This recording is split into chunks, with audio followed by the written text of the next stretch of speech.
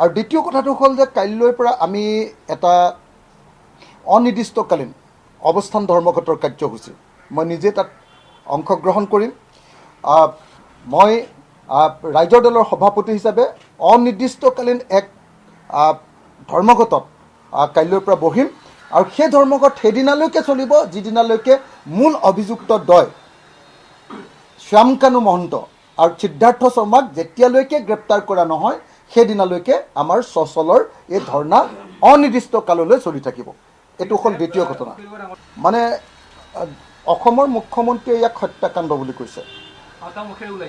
অসমৰ মুখ্যমন্ত্ৰীয়ে দুবাৰ এই ঘটনাক হত্যাকাণ্ড বুলি কৈছে আৰু আজি জুবিন গাৰ্গৰ পত্নীয়েও অতি স্পষ্টভাৱে কৈছে যে যিটো ঠাইত এই ঘটনা সংঘটিত হৈছে সেই ঠাইলৈ কোনো ছিংগাপুৰৰ মানুহেই নাযায়।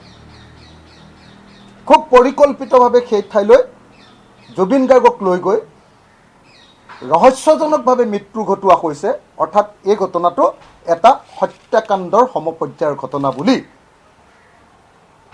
এইবিলাক কথাৰ পৰা অনুমান কৰিব পাৰি।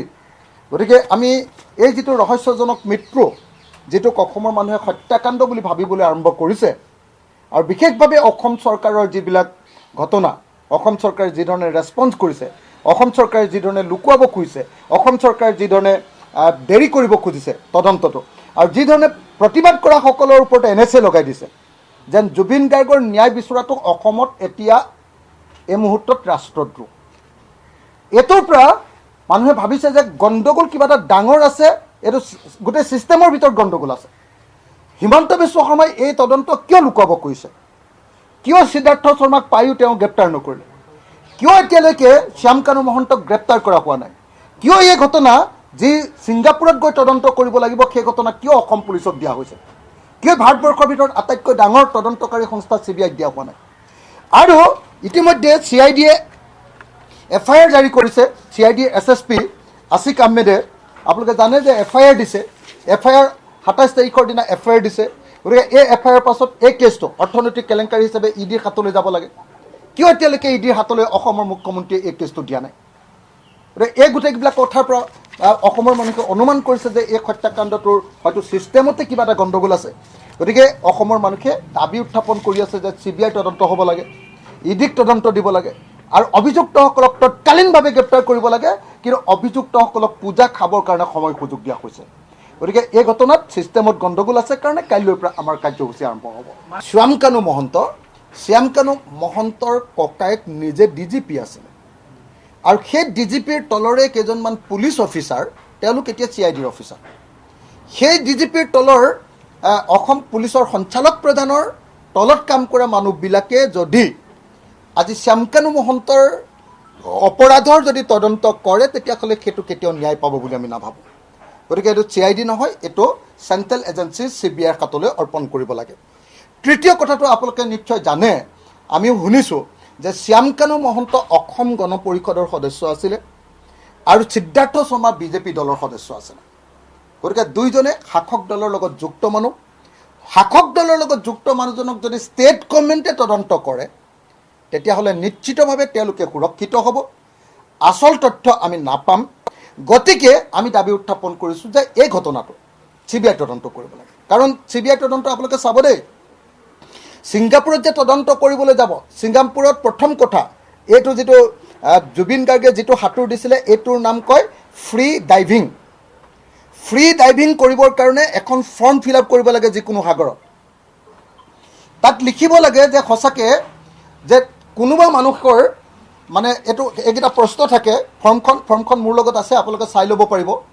সেই ফৰ্মখনত লিখা থাকে যে যদি আগতে আপোনাৰ চিজাৰ হৈছিলে নেকি, যদি চিজাৰ হৈছিলে তেতিয়াহ'লে কি কৰিব লাগিব, তেতিয়াহ'লে ডাক্তৰৰ পৰা চাৰ্টিফিকেট আনিবগৈ লাগিব যে আপুনি এইটো সাঁতোৰ মাৰিলেও কোনো অসুবিধা নহয়।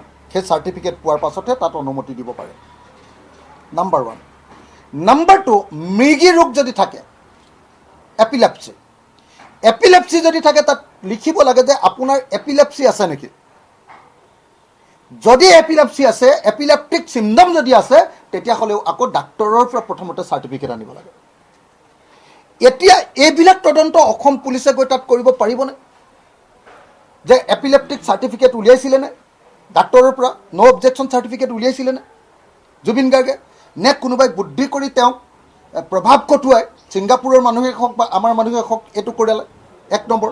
গতিকে এই ঘটনাটোৰ তদন্ত CBI কৰিব পাৰিব, এই ঘটনাটোৰ তদন্ত অসম পুলিচে গৈ কৰিব নোৱাৰে। আৰু এজন তাত উপস্থিত থকা এজন যুৱকে কৈছিলে, যাৰ হাতত মৃত্যু ঘটিছে বুলি কৈছে, তেওঁ কৈছিলে নহয় জুবিন গাৰ্গৰ যেতিয়া মৃত্যু হৈছিলে তেওঁৰ পূৰা সম্পূৰ্ণৰূপে তেওঁ গাটো নীলা হৈ গৈছিল। তো নীলা তেতিয়া হৈ যায় যেতিয়া বিষ পান কৰে। গতিকে খাদ্যত কেনেবাকৈ বিষ পান কৰাইছিলে নেকি কোনোবাই? খাদ্য আকৌ হেৰি হ'ব পাৰিলে নেকি, কি কয় আপোনাৰ খাদ্যত যে আপোনাৰ বিষ হয়, বিষক্ৰিয়া হয়, সেইটো হৈছিলে নেকি? এই তদন্ত কৰিবলৈ হ'লে গৈ ক'ত কৰিব লাগিব? য'ত জুবিন গাৰ্গ আছিলে সেই হোটেলত গৈ বিদেশত গৈ এখন হোটেলত তদন্ত কৰিবৰ কাৰণে আমাৰ অসম পুলিচ সক্ষম নে? সেইটো নিশ্চিতভাৱে মই ভাবোঁ যে CBIহে পাৰিব। আৰু CBIও নহয়, CBIৰ লগত নিশ্চয় ইণ্টেলিজেঞ্চ এজেঞ্চি, ইণ্টাৰনেশ্যনেল ইণ্টেলিজেঞ্চ এজেঞ্চিবিলাকৰ সহযোগিতা লাগিব। সেইটো নকৰাকৈ অকল অসম পুলিচৰ তদন্ত কৰিবলৈ দিয়াৰ কথাটোৰ অৰ্থটোৱে হ'ল যে জুবিন গাৰ্গৰ মৃত্যুৰ ঘটনাটো আচলতে ভালকৈ তদন্ত কৰিবলৈ নিদিয়া। সেইকাৰণে আমি বাৰম্বাৰ কৈ আছোঁ যে এই ঘটনাৰ তদন্তত CBI ক'ব লাগিব। আৰু ইয়াৰ লগত জড়িত অৰ্থনৈতিক কেলেংকাৰী, যেনেকৈ ধৰক